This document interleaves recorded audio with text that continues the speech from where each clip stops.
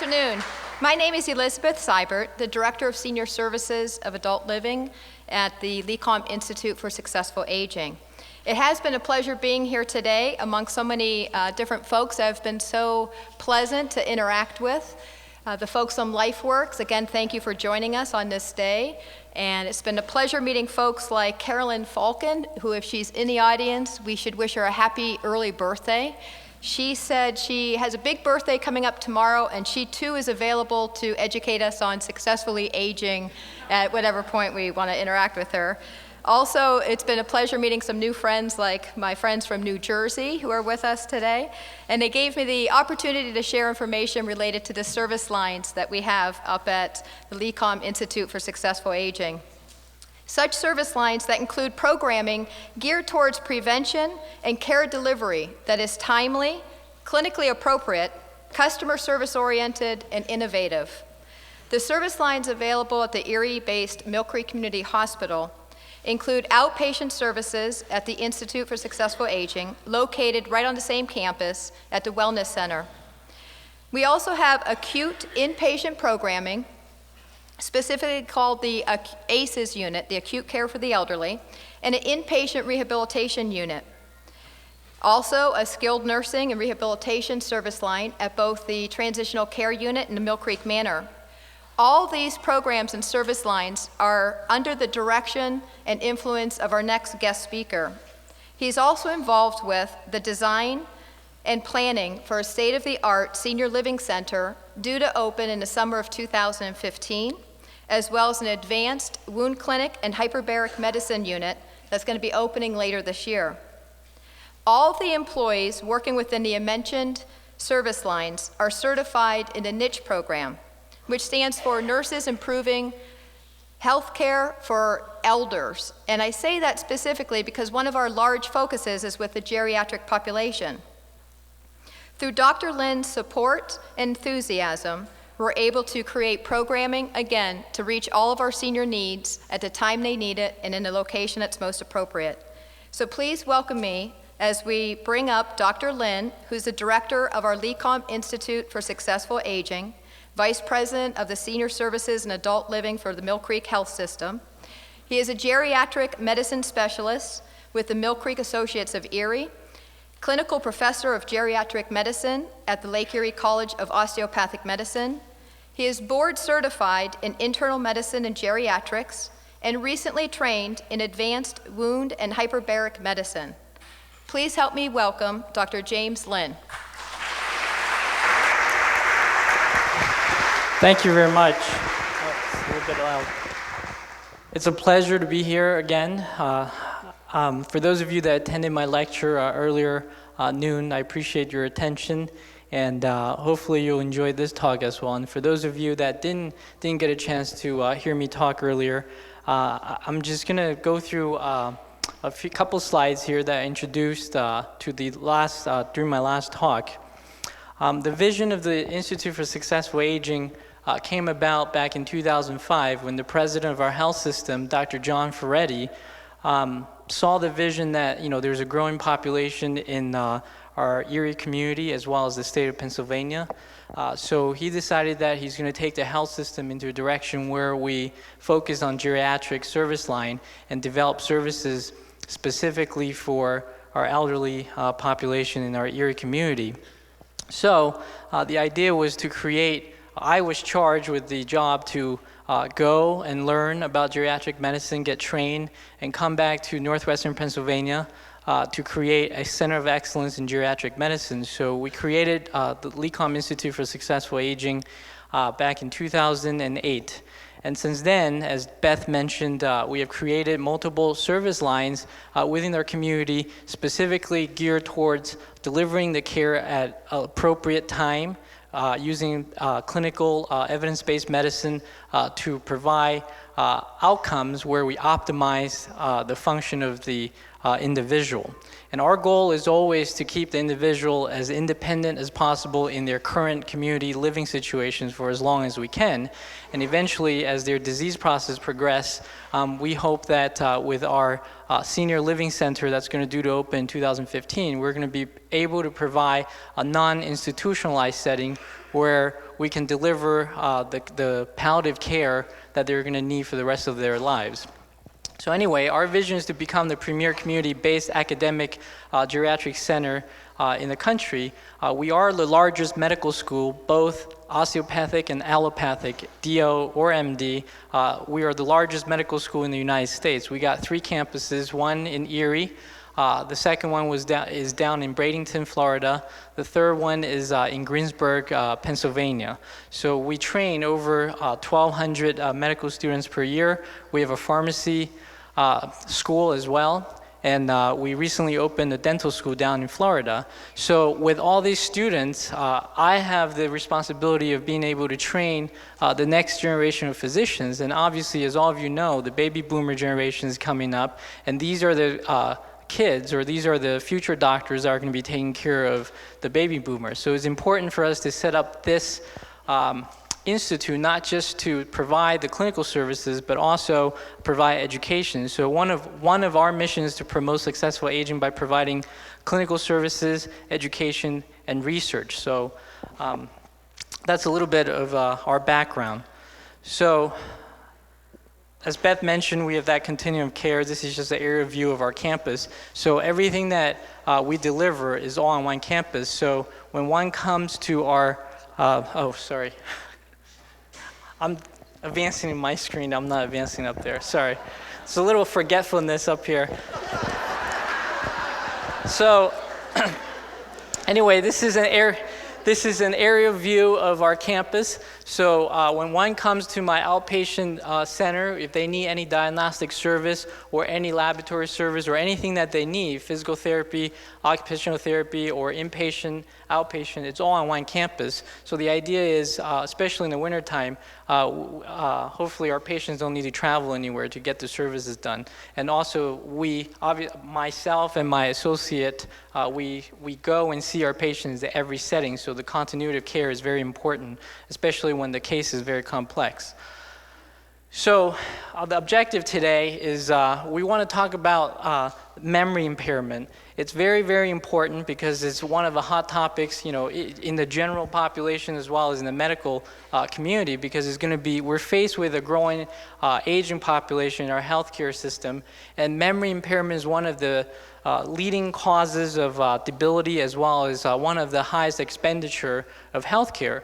So it's important for the community, all of you, to at least understand what the disease process and some of the definitions, because I think as a physician, when I see patients in the clinic or in a hospital setting or in nursing homes, a lot of the times the terms are thrown around, you know, sort of incorrectly. So hopefully today I can clear up some terms and also define some types of dementia for all of you, so you have a little better understanding of what it is, and we can go from there. We want to be able to discuss the various different forms of dementia. We also want to discuss a little bit about the risk factors for memory impairment, and then finally we can talk about a little bit about treatment and preventative strategies. So this is from an earlier slide. My earlier talk was about normal aging. So our brain ages every day as time goes on. And this is the results that we see is that intellectually our brain is able to maintain our intellect up until the age of 80, and then slowly we see a little bit of decline, and that's due to aging. Slowing in the central processing, so tasks can take longer. And then when you are 45, your vocabulary is about 3 times as large as it is when you're in your 20. And these vocabularies are maintained throughout about age 70, okay? Gradually, your vocabulary can decrease, and then you start to have some somatic errors and things like that. But, you know, these are all things that happen. Our brain over time just, there's a natural process that happens. And what happens is we have every day, there's millions and billions of brain cells that make up our brain, that we look at it and we see that's brain. These cells slowly over time die off, and that's what we call atrophy. So we have neuronal loss. And how this happens is that we have, we breathe oxygen, and as we breathe oxygen, there's a lot of chemical processes that happen within our body.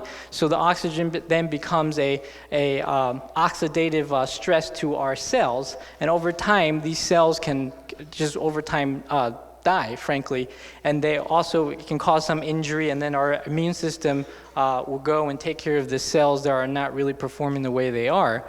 And then the other process that happens is that ischemia is very common. So in order for us to perfuse all of our organs, we need our arteries and our blood supply to get the oxygen to the organ system that we need. So if you can imagine, the brain is made of billions and billions and billions of cells, and it's microscopic. So at the end terminal vessels, eventually when you age, if you live long enough, those vessel wall can age and it can cause ischemia. So essentially, you can think of it almost as a mini, tiny stroke over time, and eventually the brain cell will die that way. Okay. Finally, inflammation is another cause. So if you have any type of infections or type of injuries, such as stroke or head injuries or things like that, these can damage the brain cell as well. And over time, it can cause the brain cells to die. And when you have neuronal loss, when you have billions and billions and billions of cells, your body is able to compensate. Your brain is able to compensate, rewire, and reconnect with other neighboring cells. But when you have enough of them that dies, then eventually they're not going to connect as well, and you're going to have a slowdown of the connection, and then you're going to see some problems. Some example of natural, normal aging process. This is just everyday things without any accelerated process. So one of the things I'm going to try to attempt to do is, what is the normal aging process manifestation that we see versus a pathological one that you need to go talk to a doctor and seek them out?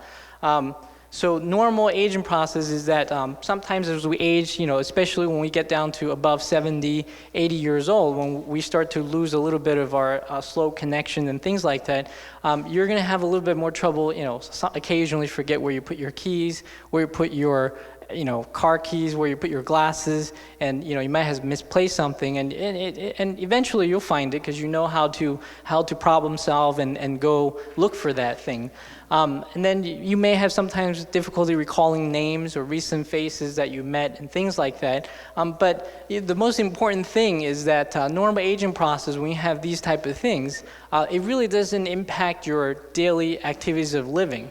So when you have these, forgetfulness events and stuff, people are like, they make jokes that, they're getting demented and things like that. But, if it happens very frequently, but it doesn't really impact your daily activities. And what I mean by that is, you don't miss appointments. It doesn't create a barrier for you to continue to do the daily activities of all the activities that you do on a daily basis. Then it's really not a problem. And you may want to attribute that to, grandma or grandpa or your loved ones. They're in their 80s and stuff, and these things happen due to the normal aging process.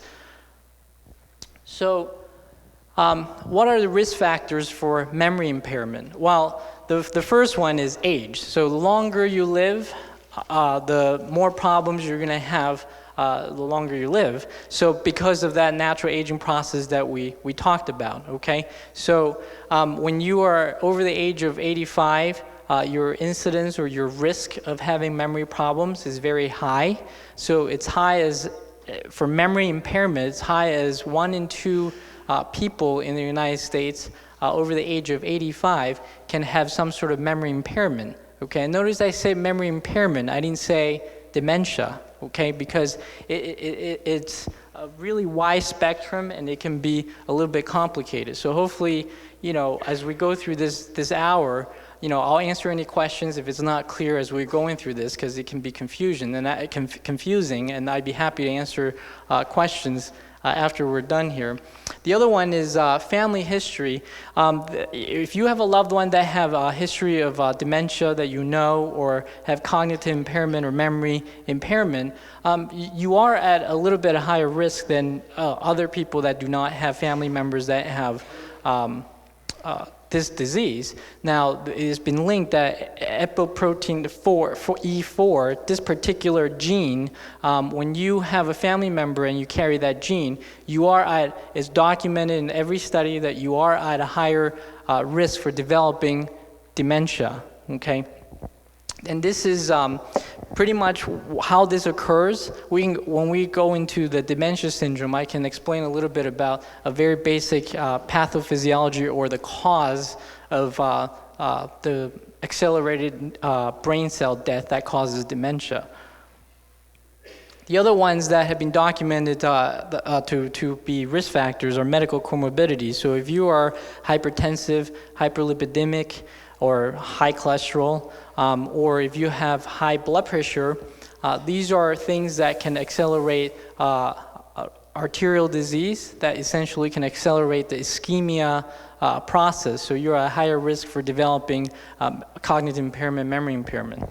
Social issues, obviously long-standing alcohol abuse, because alcohol is a toxin to our brain in large doses. So if you are a chronic alcohol user, that you abuse alcohol, you're at high risk for having memory impairment.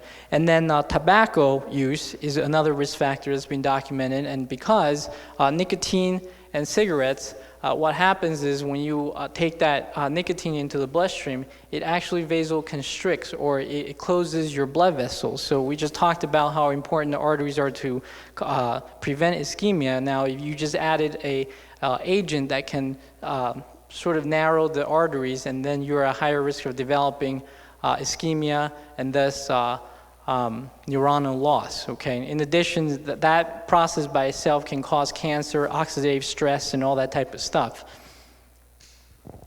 So the NIH recently put together a study. So they review over 300 studies, both observational study versus randomized control study.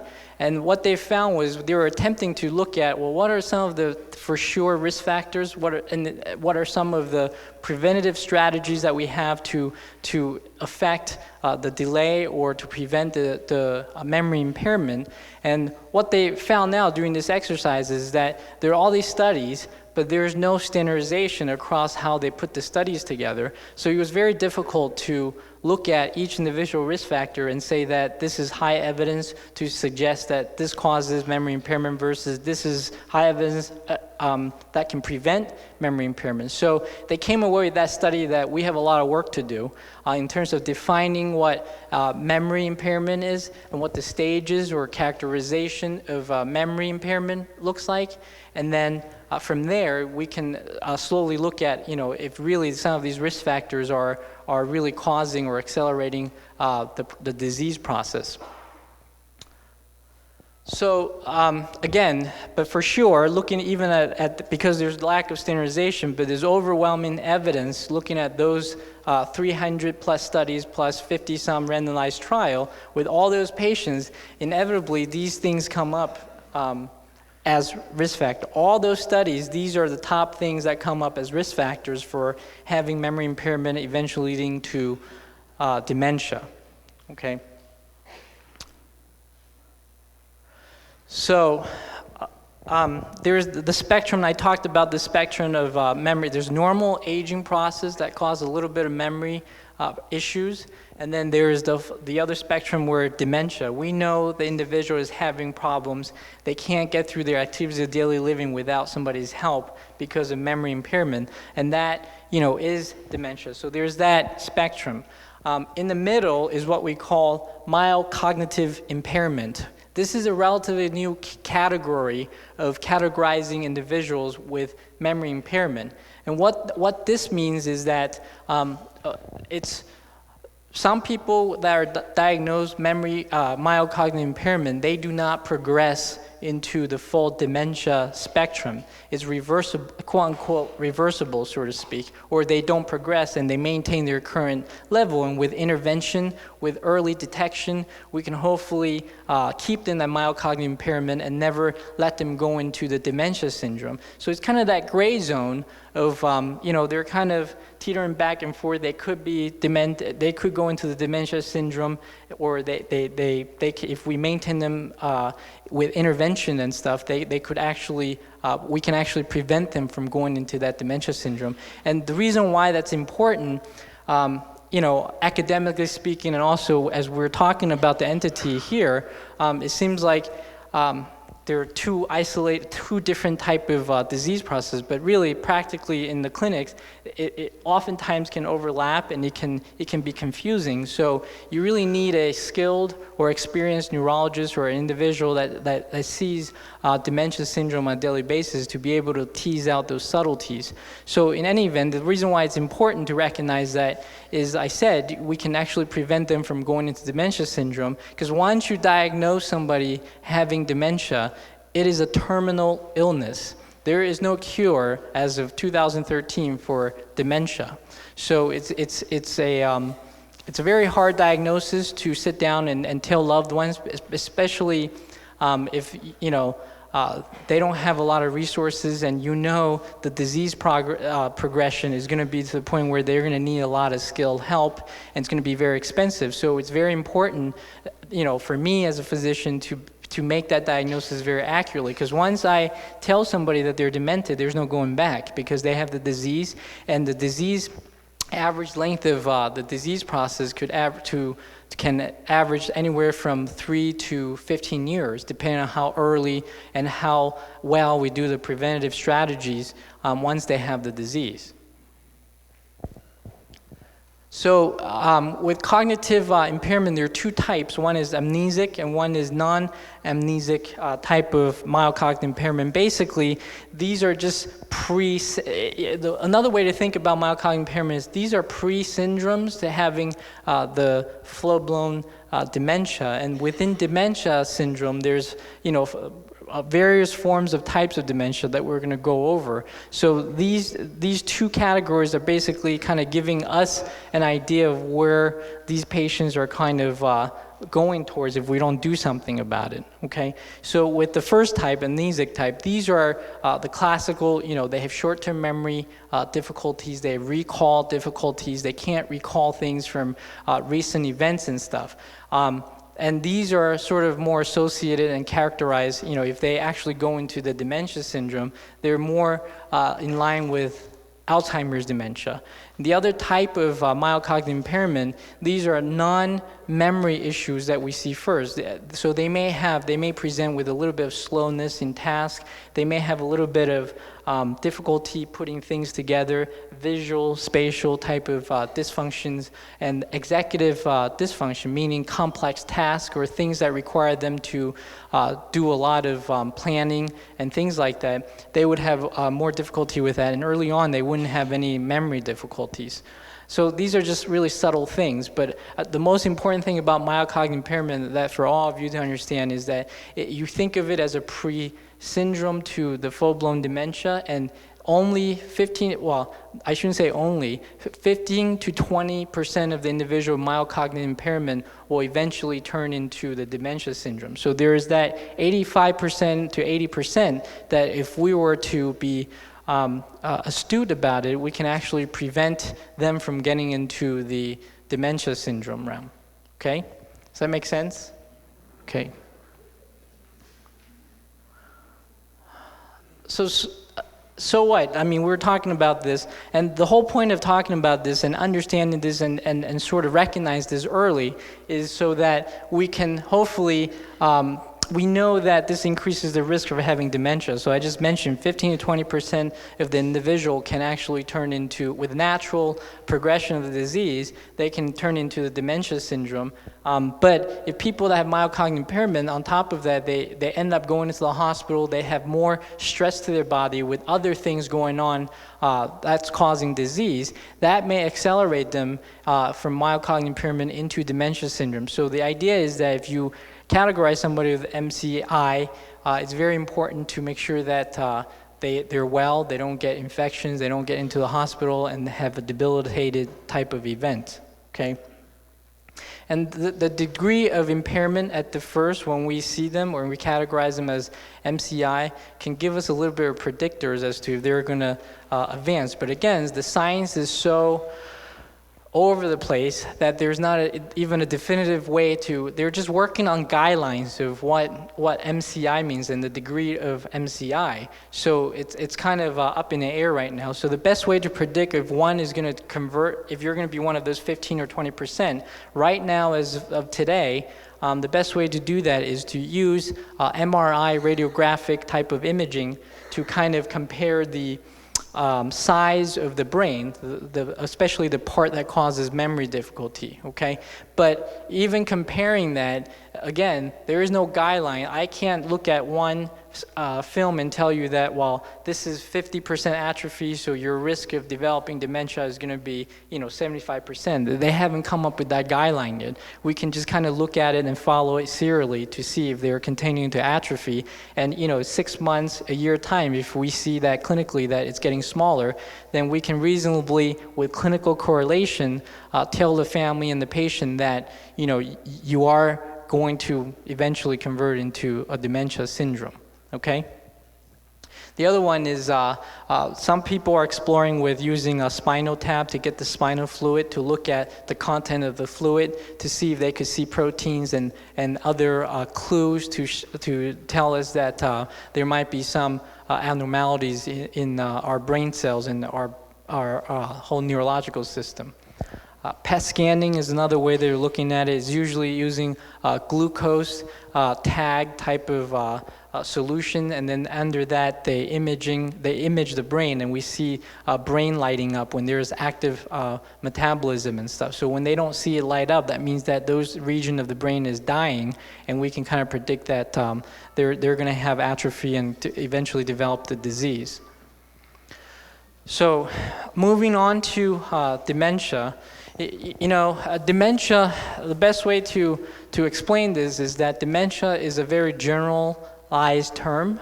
It's to characterize an individual with cognitive impairment that meet the clinical criteria, guidelines that we see. And then if they do meet that criteria, we can categorize them with dementia. But under the umbrella of dementia, there are multiple types of dementia, but the most common type I put on here, the most 5 common types. The first one is Alzheimer's dementia, okay? So somewhere between 70 to 80% of the dementia that we see today are of this type, all right? So it's very, very common.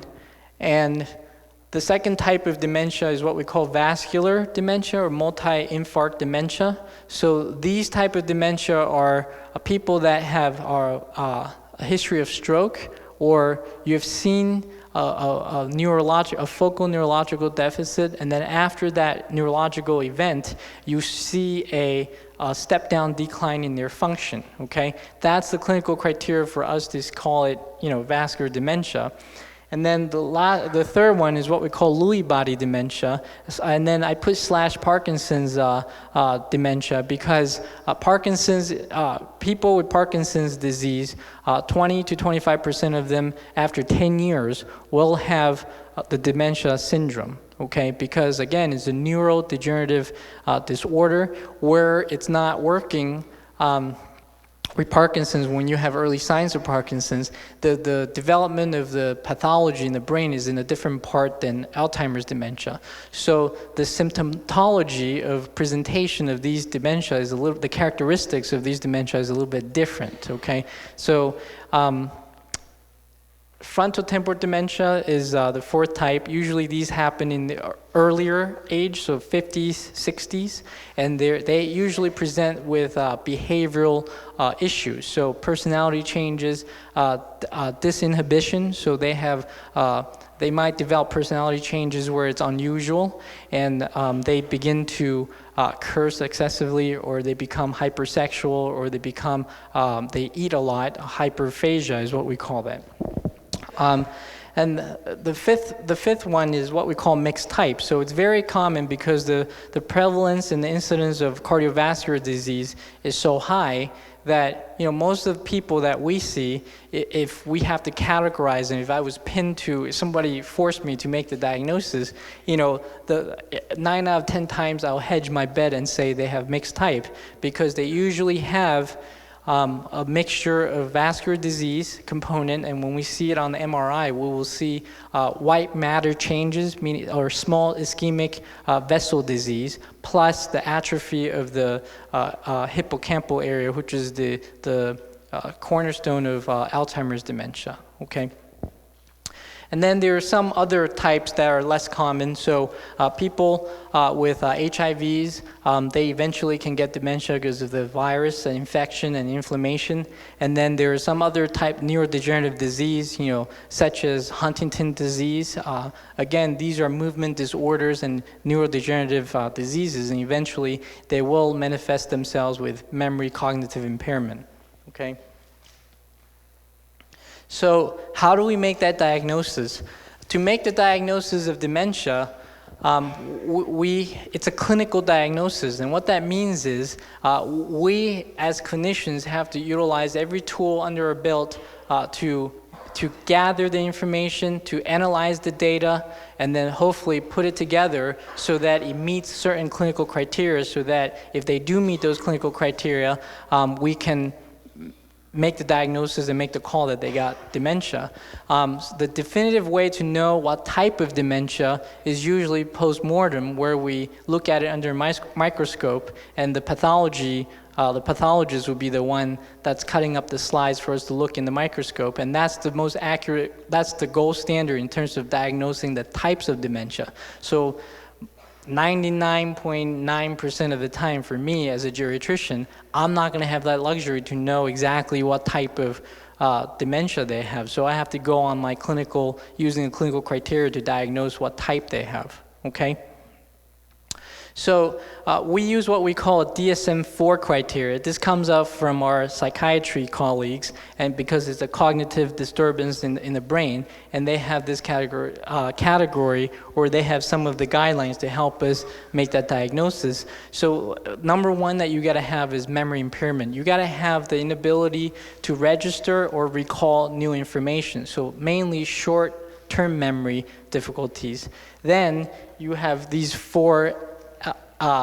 three A's, the aphasia, apraxia, agnosia, and basically these are fancy words. One is to say that they have language difficulty, okay? Verbal output or inability to receive information. So receptive and verbal output dysfunction, and it has to do with language, okay?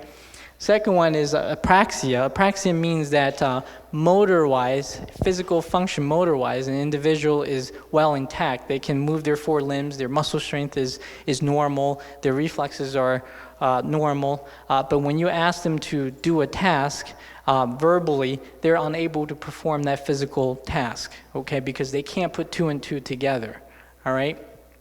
Agnosia is similar, but this one is when you put something, a common object such as a pen or a key in their hands, you have them close their eyes and have them describe to you what that is. Normal individual with adult brain, with all the experiences that we have, normally we should be able to tell what it is, because it's a common item, because everybody uses a pen, everybody uses a key. And if they can't do that, that would be one example of agnosia, okay?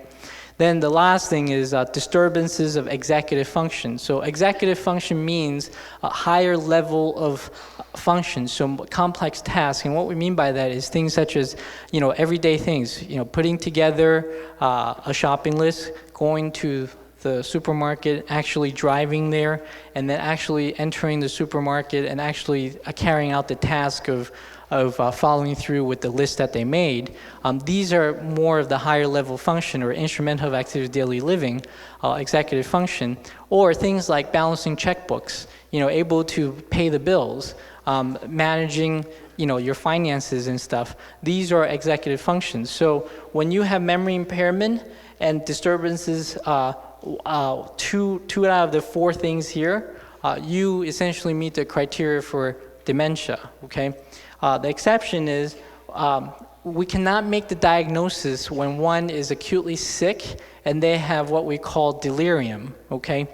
And delirium, it gets a little bit complicated because delirium is a entity of disease where when you have stress in your body, an abnormal stress such as infection or electrolyte abnormality or environmental changes or things that stresses your body and your body kind of goes haywire, your brain actually go into acute failure. So you get this acute confusional state.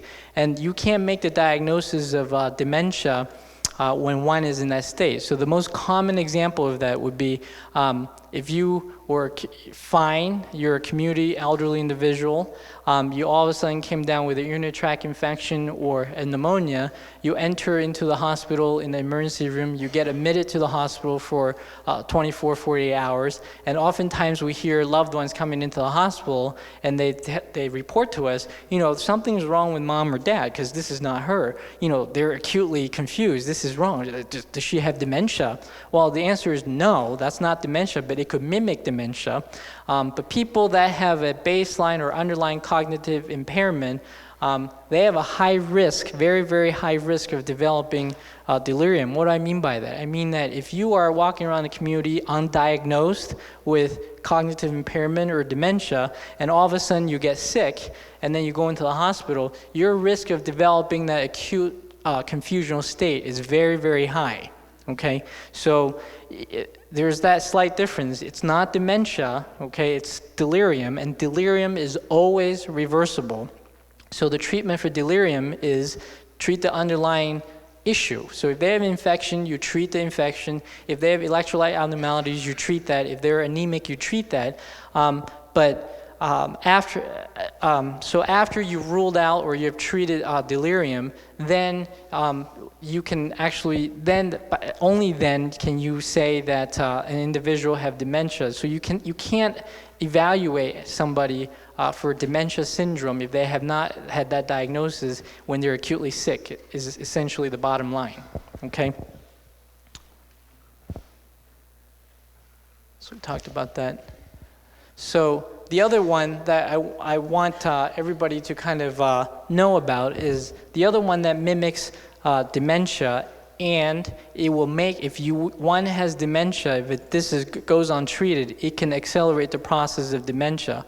So depression is actually one of the things that we have to rule out and treat first before we make the diagnosis of dementia, okay? So when one is starting to have memory difficulties, remember we talked about mild cognitive impairment.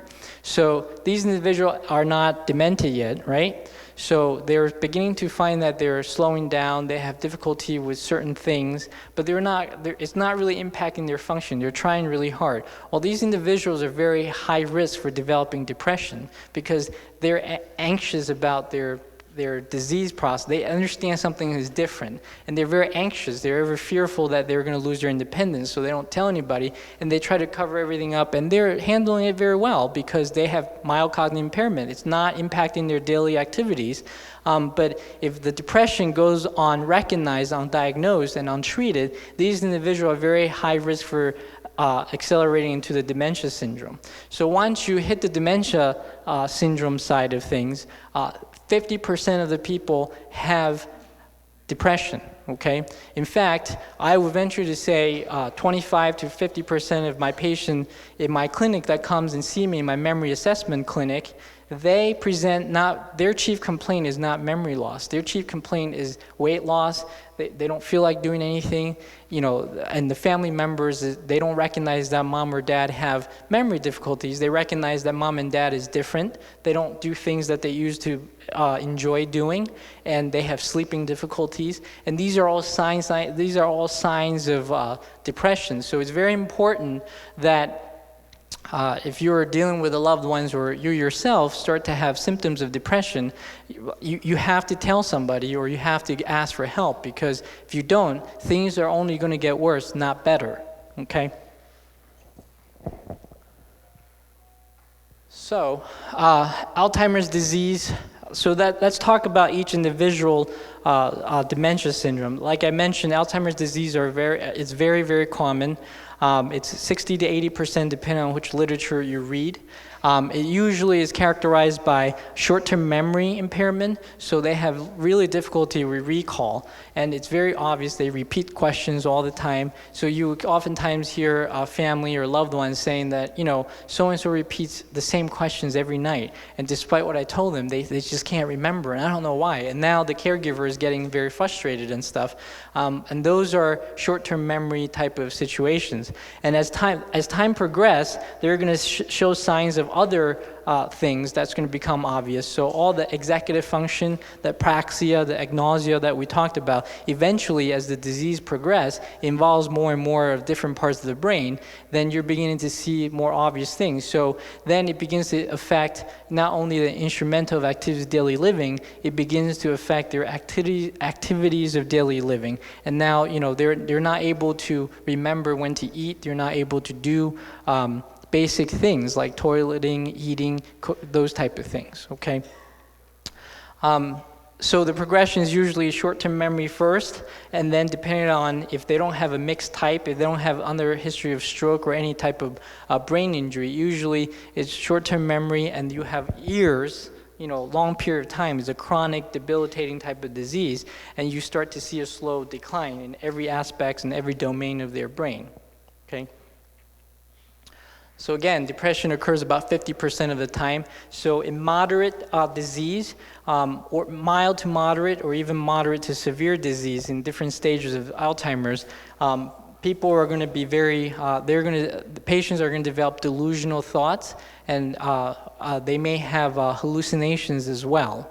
Okay, so delusional thought means that they're very suspicious because they can't remember what's going on. So an example of that would be they're suspicious of their spouse cheating on them, or they're suspicious of somebody stealing their wallet or their money, and they can't remember where they're hiding things and stuff. Okay, so that would be an example of delusional thoughts versus hallucinations. They're seeing things that's not there. So at nighttime, they're seeing their dead parents coming to visit them or things like that. And that can be common. And the reason for that is in moderate to severe diseases, your brain is the portions of the brain are so involved, you're atrophied, different chemical signals aren't carrying through appropriately. So now you have a pathological process of these chemicals signaling the brain that's not appropriate, and that's causing those symptoms. So what exactly causes Alzheimer's dementia? Well, we think that it has to do with the protein that we have in our blood, and it's called the amyloid beta protein, okay? So people that have that genetic ApoE4 gene that I talked about earlier, they have an excessive amount of that protein in their blood, okay? Because there's a gene that overproduces that, and I'm putting in a very, very simple term, and I'm sure tomorrow the other doctors are going to go into much more detail about it. But essentially, what happens is those proteins, when you have injuries in your blood vessels, what we call blood-brain barrier, those proteins can actually get into the cell, and it's not supposed to be in the cell because the blood-brain barrier is supposed to protect us. But because of oxidative stress, ischemia, vessel injuries, those barrier gets kind of opened up, okay?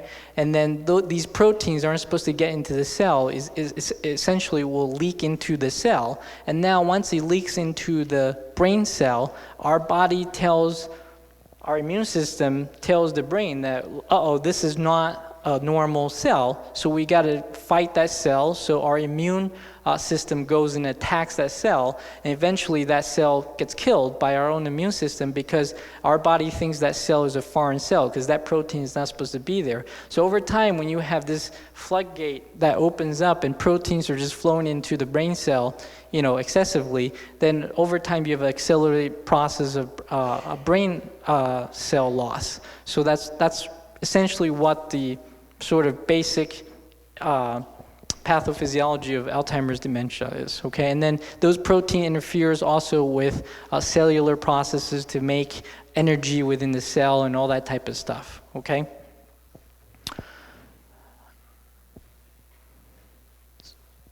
So we talked about that.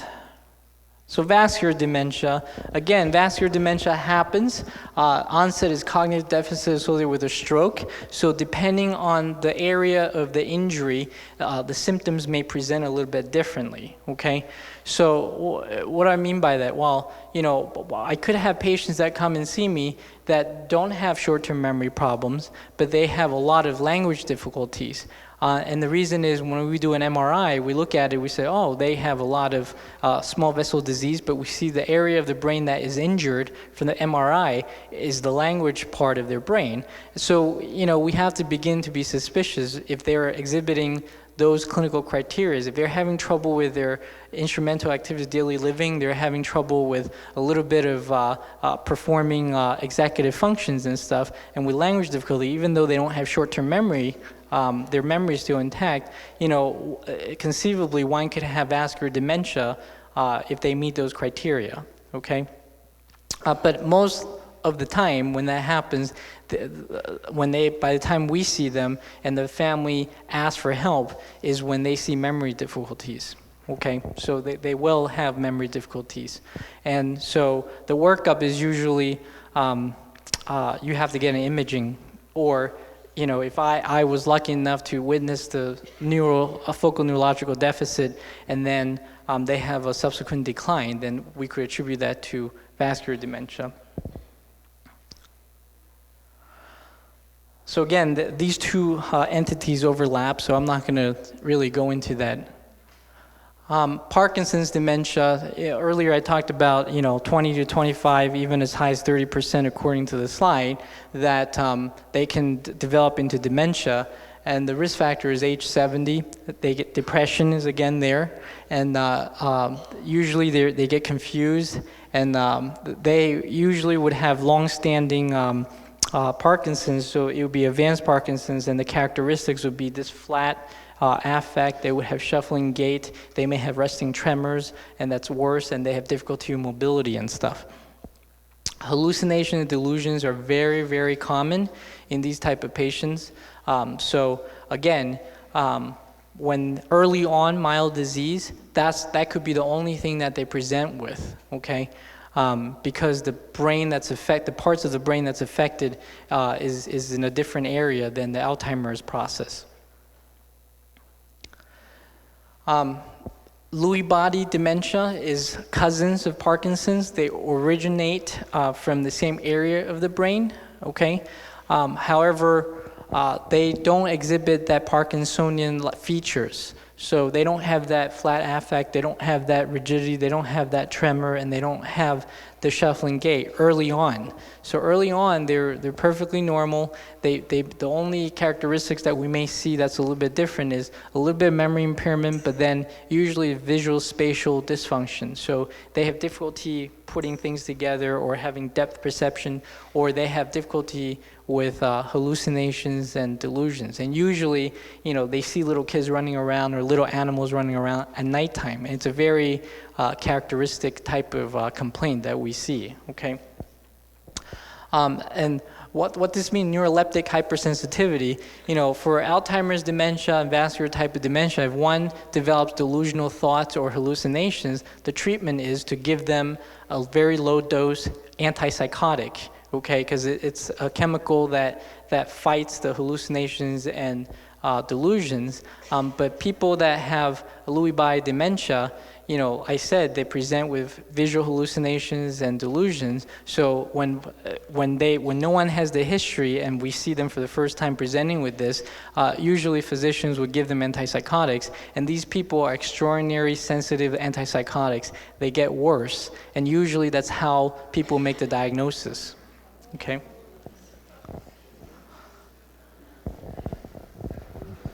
So frontal temporal dementia, again, usually happens in 50s and 60s early on.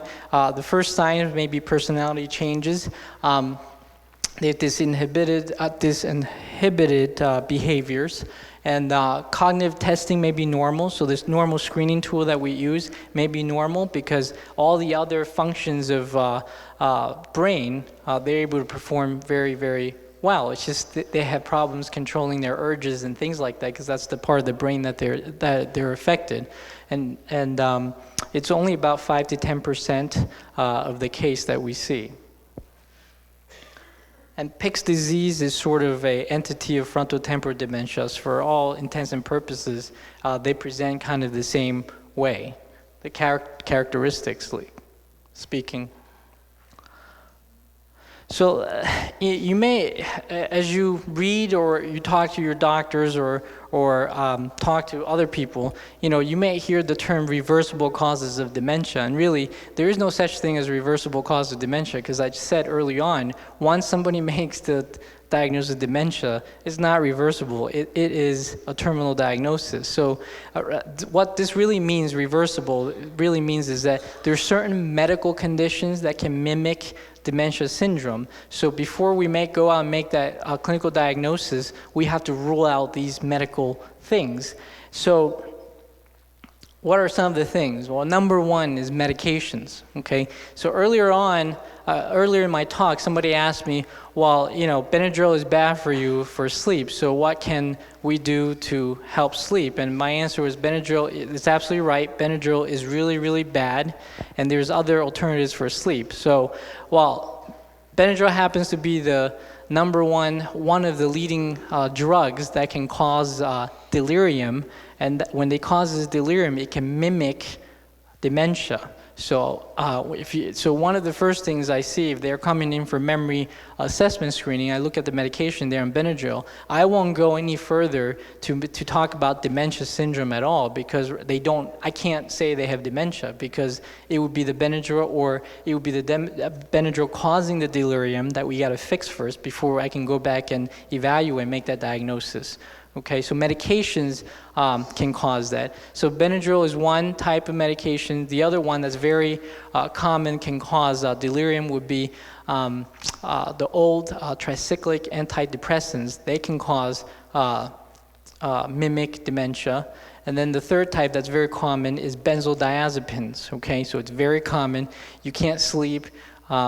You're anxious, so doctors just give you Ativan, Xanax, Valium. Just take that and go to sleep. You'll be fine.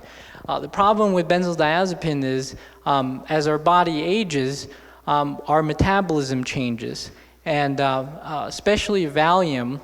Valium is one of these medications that can hang out in our body for a long time. Even after our liver and our kidney metabolize these things, their metabolites can get stuck into our body fat, and then eventually gets released and then re-released into our bloodstream.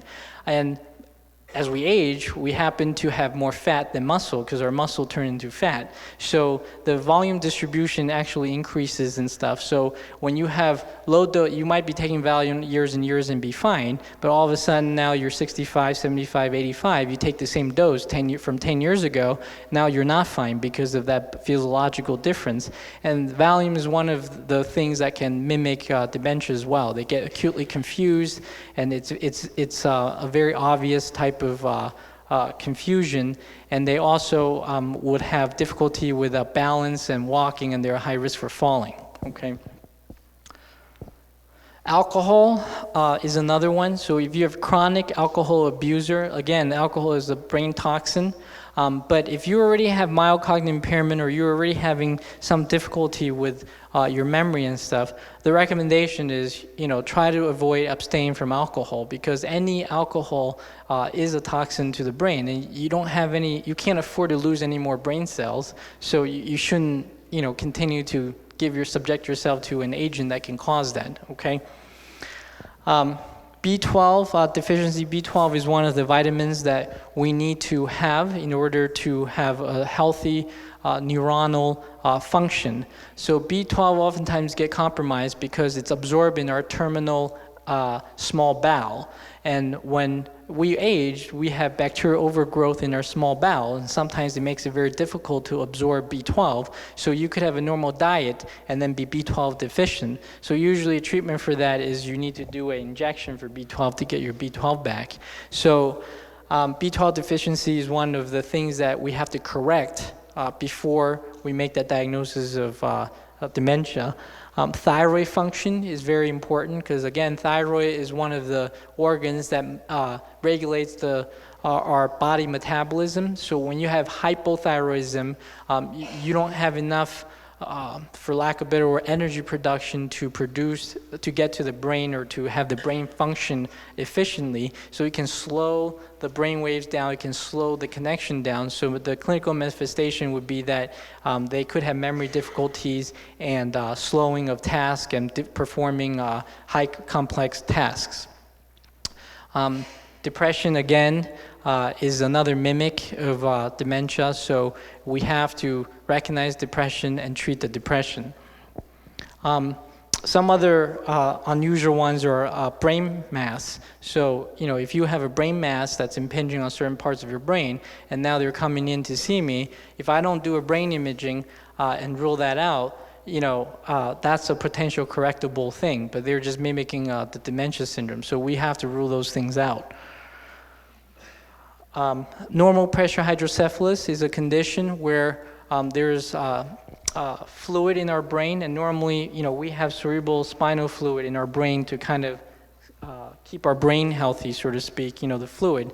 But as we age, sometimes that reabsorption of that fluid gets disrupted, so now you have too much fluid in the brain, and our head is a closed space. So when you have more fluids in there and there's more pressure in there, the fluid can actually squish the brain, and then that can cause the brain cell to die off, and then therefore can cause or mimic dementia syndrome. So usually they present with Y-based gait, they wobble, advanced disease, they may have incontinence of urine, and then memory difficulties. Okay, so, and that's a potential correctable disease, because neurosurgeons can go in and put in a shunt to get rid of the fluid, and that would normalize the pressure and hopefully don't damage hopefully that will relieve and it does not further damage the brain.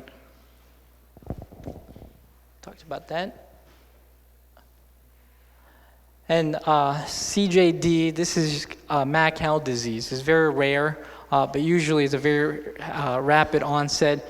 And again, the only way we can make that diagnosis is by a pathology report. And when we have an individual that was doing fine during their 50s, 60s, and all of a sudden within months, they progress from being able to function to dying, complete neuronal loss or brain function loss, we're usually suspicious of this. And this is the only time that I would recommend to the family that we should probably perform an autopsy to find out whether or not it's this or not.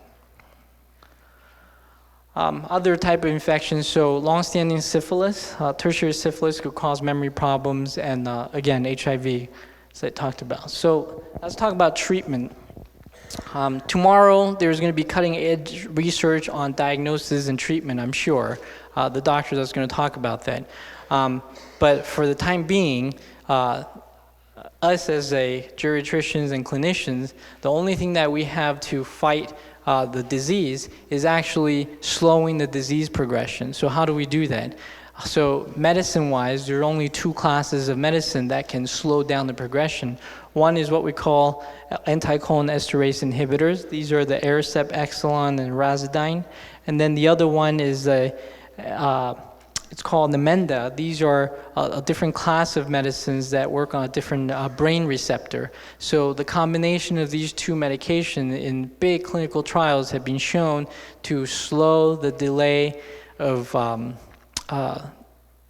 decline. So some of the study, the endpoint is that when you put patients on this, their idea is that you want to preserve them from going to nursing homes. So we know that patients that are diagnosed with dementia, when we put them on these medications, they can live a normal life for longer periods of time, essentially. Okay.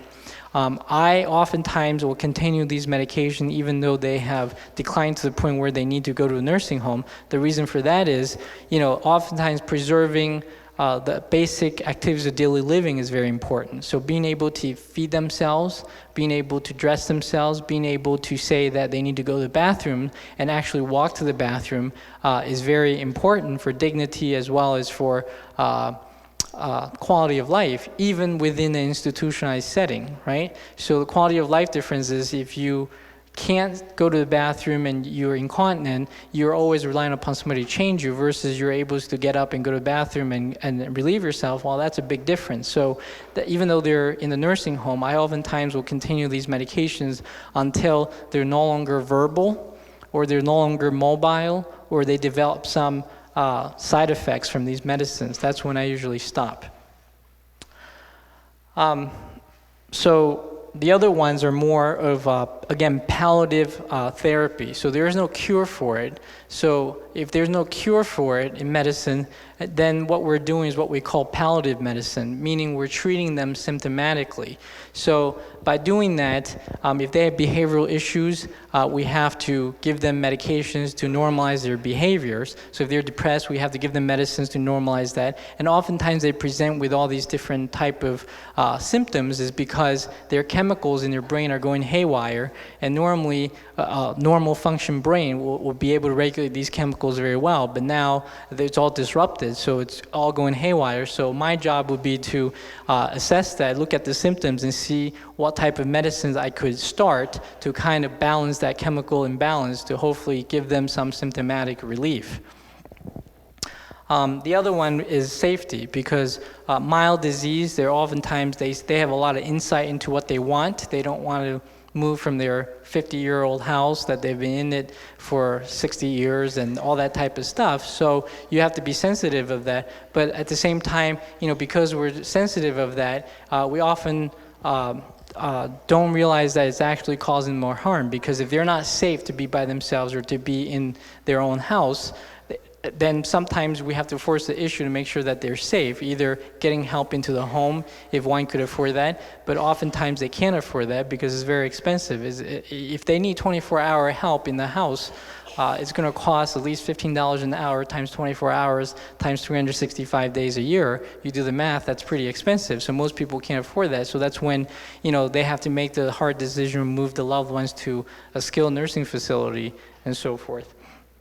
So caregiver support is probably the second most important things after I start the AirStep and the Exelon patch, because, if you have a 24-hour caregiver and they come in and we as physicians do not address the caregiver, while the patient is relying upon the caregiver.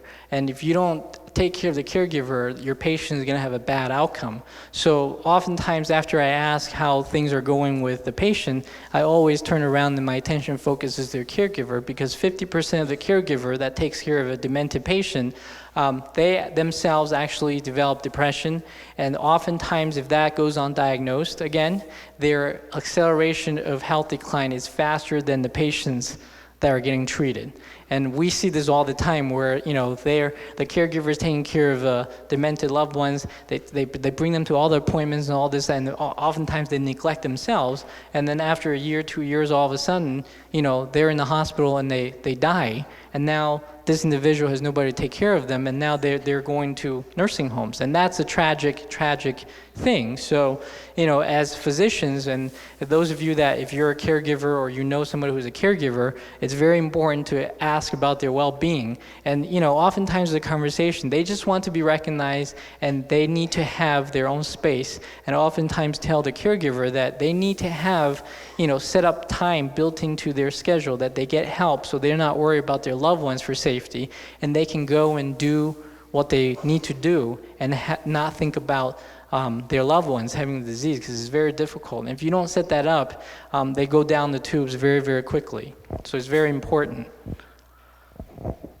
So some preventative strategies, according to the NIH study, the thing that time and time again that comes up that we know helps prevent or delay cognitive impairment is cognitive training. So doing puzzles or doing some sort of a brain teaser or that type of thing, keeping the brain active, those things can prevent or delay memory impairment. Okay. The other one is physical activity, and I put high, low. These are just, they categorize the evidence being the high probability that this is really a good evidence versus low. But like I said, there's no standardization, so it's really hard for them to kind of even score that. But these two things, the highlighted ones, are the two most important things to prevent memory impairment. Physical activity is the number one thing that can help, because it not only it's not only good for physical health, where it increases strength and so forth, but when you protect your heart, you protect your vessels, you try to protect the incidence of ischemia, then in turn you're protecting your brain. And that's one basic level. The other level, far more complex, is that as you exercise, there's all these things that in your body you release, chemicals, endorphins, that sometimes can release different types of genes. And somebody was talking about earlier that, we have these inactive genes that can help protect us and stuff. So something somewhere along the line with exercising, those things get activated and it helps.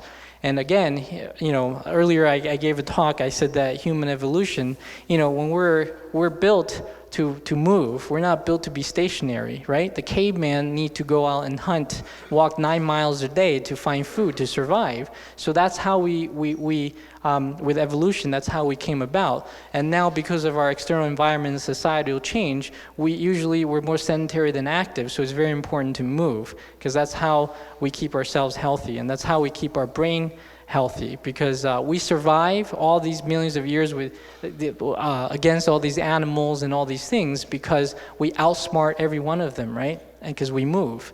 And the physical movement with correlation of our brain, there's some correlation there that it's better to move, and you protect yourself by doing that. So I put this slide up because this book I really like, and I think all of you who like to read, if you have time, I think this would be an excellent book to read. It's actually called Brain Rules by John Medina. And you can see, because he wrote this book, there are other people that use his book to write another book and to have these website discussions and stuff. And basically, he has 12 rules. One is exercise is the number one thing to keep your brain healthy. In order for us to survive, we need our brain, because brain helps us navigate our environment and outsmart all our environmental hazards and so forth. And then the third thing to recognize is that, socialization. I remember I talked about earlier on mind, body, and spirit. These things have to be balanced in order for us to be healthy. And in order to be balanced, we have to interact with our other human beings and other opposite sex, right? To socialize and to engage and all that type of stuff. So all of our brain are wired differently, and by brain wiring differently, our manifestation, our behavior are different. So to understand how we're wired differently and to interact with our other counterparts, it's important to understand the differences so that we don't get into conflicts and stress and have issues. So it's important to recognize we're all wired differently, and then it goes on, short-term memory. We have short-term memory, long-term memory, and he has a rule saying that repeat to remember, and then remember to repeat, because our short-term memory and long-term memory is two separate areas of brain, and you need to have all those things together, sort of working together, reinforcing it to burning to long-term memory. And it talks about sleep is very important, okay? So in order to have a healthy brain, you need to be able to sleep well. So part of the workup for memory problems is that you need to have a sleep. If you are having trouble sleeping, one of the first things we do is to order a sleep study, because if you're not sleeping well, your brain is not getting rest well, and then the whole stress thing starts, and then you lose brain cells, okay?